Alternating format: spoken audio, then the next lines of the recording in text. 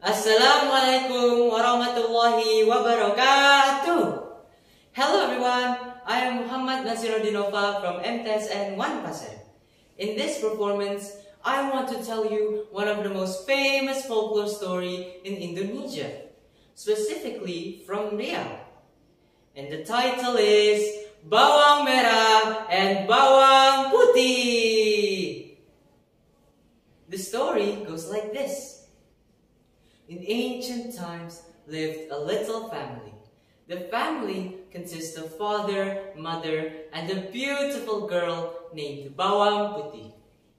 They are a harmonious and a happy family despite his father worked as an ordinary merchant.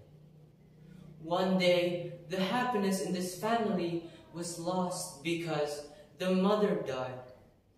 Bawang Putih was very sad because she was very fond of her mother. Her father was also sad because he loved his wife so much.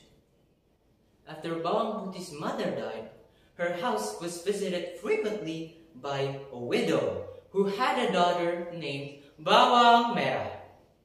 The widow and Bawang Merah often came to Bawang Putih by bringing food, helping to clean the house, and chatting with Bawang Putih's father.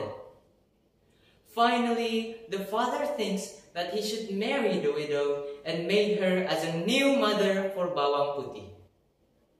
He asked for consideration of the proposal to Bawang Putih, and she agreed. Then he married the widow. They become a new family and lived in a house. At first, Bawang Merah and her mother behaved Bawang Putih very well. However, they changed and began to show their bad attitude. Bawang Putih was often scolded and given heavy works while the father went to trade. She had to do so many houseworks while Bawang Merah just sit down and did not work at all.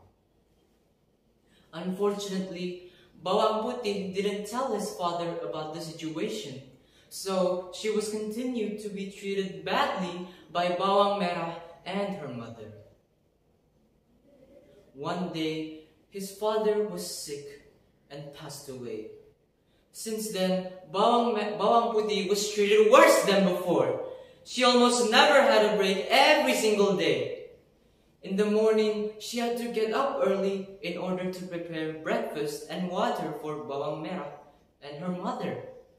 She also fed the livestock, washing clothes, and even watering the entire garden. Although she should do so many works, she always did it happily. She hoped with such sincerity her mother would love her sincerely someday. One morning, Bawang Putih went to the river to wash the clothes. She was so excited that she washed vigorously.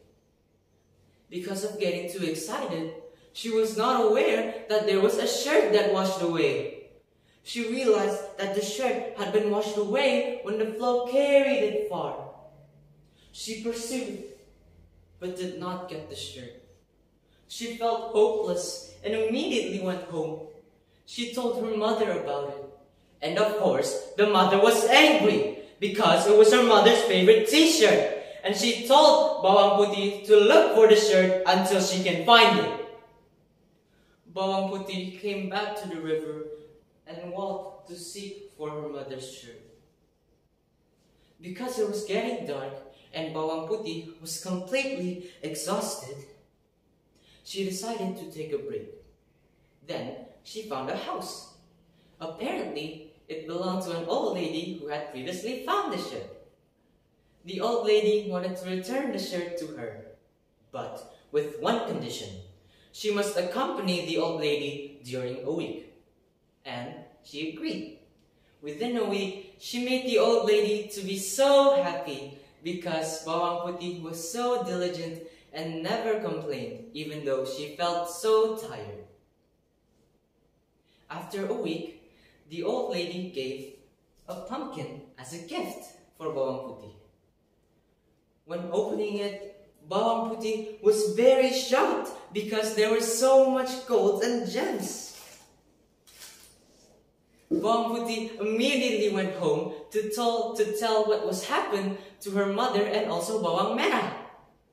However, the golden jewels that she got immediately ceased, and she was forced to tell where the jewelry could be obtained. Bawang Putih explained that she got it from an old lady near the river.